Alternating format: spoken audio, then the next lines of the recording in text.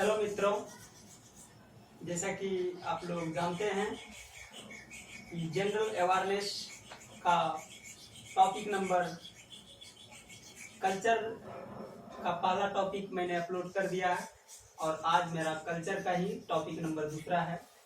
आज हम बताएंगे भारत में जो विश्व विरासत सूची में शामिल किए गए हैं जितने भी कल्चर साइट, नेचुरल साइट और मिक्स साइट अर्थात सांस्कृतिक साइट और मिश्रित साइट और प्राकृतिक साइट, उनके बारे में जिक्र करेंगे। और उनके जिक्र करने के बाद मैं आपको वर्ल्ड हेरिटेज साइट के 2030 के थीम के बारे में बताऊंगा, 2024 के थीम के बारे में बताऊंगा, यूनेस्को के कौन है अध्यक्ष वो भी बताऊंगा। तो स्टार्ट करते हैं आज का क्लास समय बर्बाद न करते हुए। तो विश्व विरासत सूची वर्ल्ड हेरिटेज साइट का स्थापना 18 अप्रैल 1978 ईस्वी को स्टॉकहोम अंतर्राष्ट्रीय सम्मेलन में किया गया था, जैसा कि मैंने बता दिया है। आज बात करते हैं हम विश्व विरासत का थीम 2023 में जो थीम था विरासत परिवर्तन या हेरिटेज चेंज, और 2024 में जो थीम था वर्ल्ड हेरिटेज साइट का वो था विविधता की खोज और अनुभव करना। आपको मैं बता देना चाहूंगा कि वर्ल्ड हेरिटेज साइट में जो वर्ल्ड लेवल पर जितने भी कल्चर साइट, मिक्स साइट और नेचुरल साइट है उनकी संख्या अभी तक में टोटल 1223 विरासत स्थल है जो यूनेस्को की विश्व धरोहर समिति ने शामिल किया है। इनमें से एक एक करके बताऊंगा कि 952 सांस्कृतिक क्षेत्र में सम्मिलित किया गया है, 231 प्राकृतिक क्षेत्र में और 40 मिश्रित क्षेत्र में। और इस बार जो 46वां सत्र 30 जुलाई 2024 को नई दिल्ली यूनेस्को की विश्व धरोहर समिति ने बैठक की थी, उसकी अध्यक्षता आंद्रे अजालो जो यूनेस्को के अध्यक्ष थे उन्हीं की अगुवाई में हुई थी। और जैसा कि आप लोग जानते हैं वर्ल्ड हेरिटेज साइट में जो शीर्ष कंट्री में नंबर 1 पर है वो इटली है, 60, चीन है सेकंड नंबर पर। कल मैंने ये भी बताया था इटली टूरिस्ट सेक्टर में कितना इनकम प्राप्त कर रहा है, और ये भी बताया था इटली का नेशनल इनकम में कितना योगदान है टूरिस्ट सेक्टर से, पर कैपिटा इनकम क्या है, वहाँ की आबादी क्या है, इन सब का जिक्र किया था। तो आज हम बात करेंगे भारत में सांस्कृतिक धरोहर स्थल जो सम्मिलित किया गया है उनमें से सांस्कृतिक धरोहर स्थल क्या होता है। हमारे देश में वैसी सांस्कृतिक पृष्ठभूमि के क्षेत्र जो राजाओं महाराजाओं धरोहर पुरातत्व से रिलेटेड होते हैं और उसमें कुछ साक्ष्य छोड़ जाते हैं और उनके उत्खनन से प्राप्त हमारी वर्ल्ड हेरिटेज साइट समिति डिसाइड करती है इसे यूनेस्को में शामिल करना है या नहीं। तो आज जानते हैं भारत में सांस्कृतिक धरोहर के स्थल। आगरा का किला 1983 ईस्वी में आगरा किला को भारत के सांस्कृतिक धरोहर स्थल के रूप में चयनित किया गया था। और इसके बाद है अजंता की गुफा 1983 में सम्मिलित किया गया था, ये महाराष्ट्र में पड़ता है। और इसके बाद एलोरा की गुफाएं ये भी 1983 ईस्वी में शामिल किया गया था, ये भी महाराष्ट्र में पड़ता है।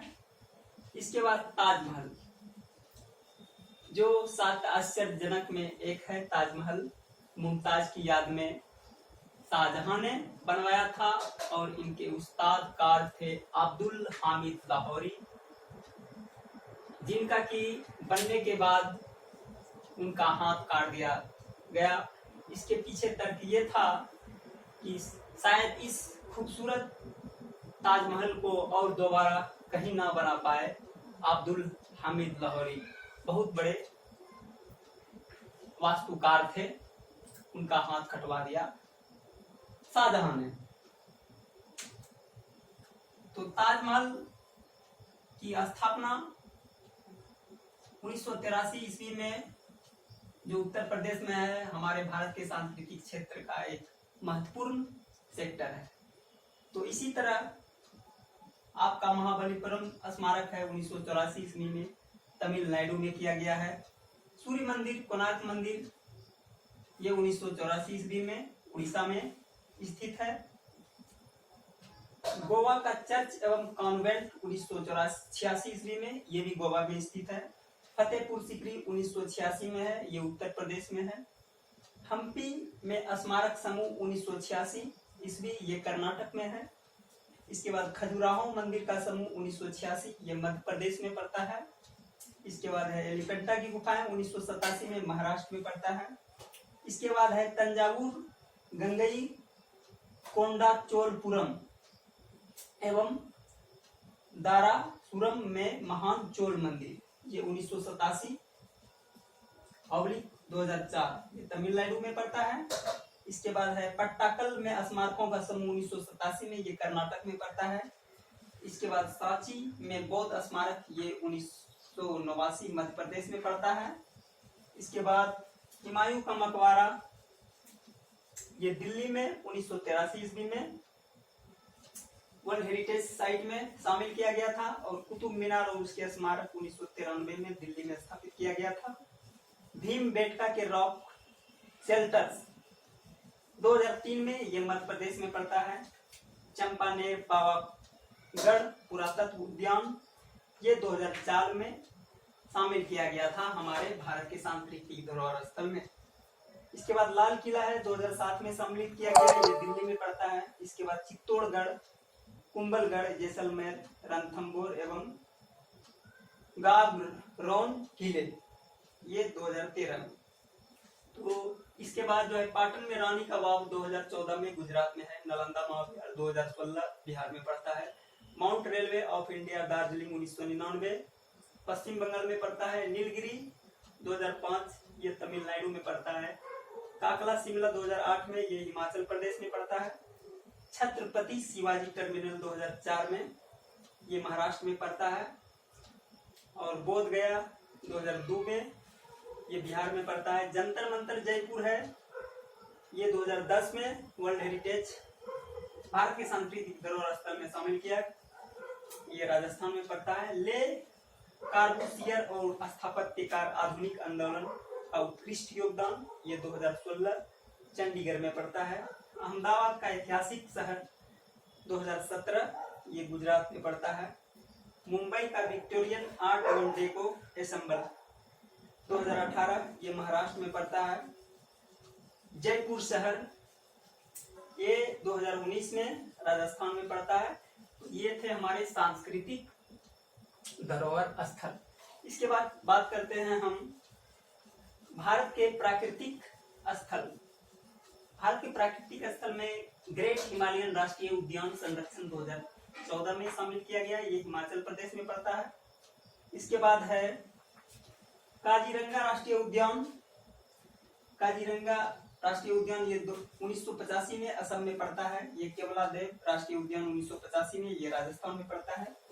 मानस वन्य जीव अभ्यारण्य 1985, ये असम में पड़ता है। नंदा देवी फूलों की घाटी राष्ट्रीय उद्यान 1988 2005 उत्तराखंड में है। और सुंदर वन का राष्ट्रीय उद्यान 1987 पश्चिम बंगाल में पड़ता है। पश्चिमी घाटी 2012 केरल, कर्नाटक, तमिलनाडु, महाराष्ट्र के सब में पाया जाता है पश्चिमी घाटी। और लास्ट में जो मिक्स साइट है, मिश्रित साइट, कौन सा मिश्रित साइट है ये आप लोग पे छोड़ता हूँ। तो ये भारत की सांस्कृतिक धरोहर स्थल को आप जरूर जानें, हर एग्जाम में एक क्वेश्चन जरूर पूछा जाता है। और लास्ट में कहना चाहूंगा, ये मेरा कल्चर टॉपिक नंबर 2 है। आप लोग जरूर इसे एक बार अपने मन में 24 घंटा के अंदर रिकॉल करके पढ़ें, आपको जरूर याद हो जाएंगे। मेन है स्टार्टिंग में, जैसे आगरा का किला 1983 में, और लेटेस्ट में किसे जोड़ा गया है 2024 में, वो याद रखें। उसका थीम क्या था ये याद रखें, ताकि आजकल एग्जाम का पैटर्न बन गया है, या तो लेटेस्ट पूछेंगे या तो स्टार्टिंग का या मिडिल का, तो आपको इस तरह से पढ़ना पड़ेगा। धन्यवाद मित्रों।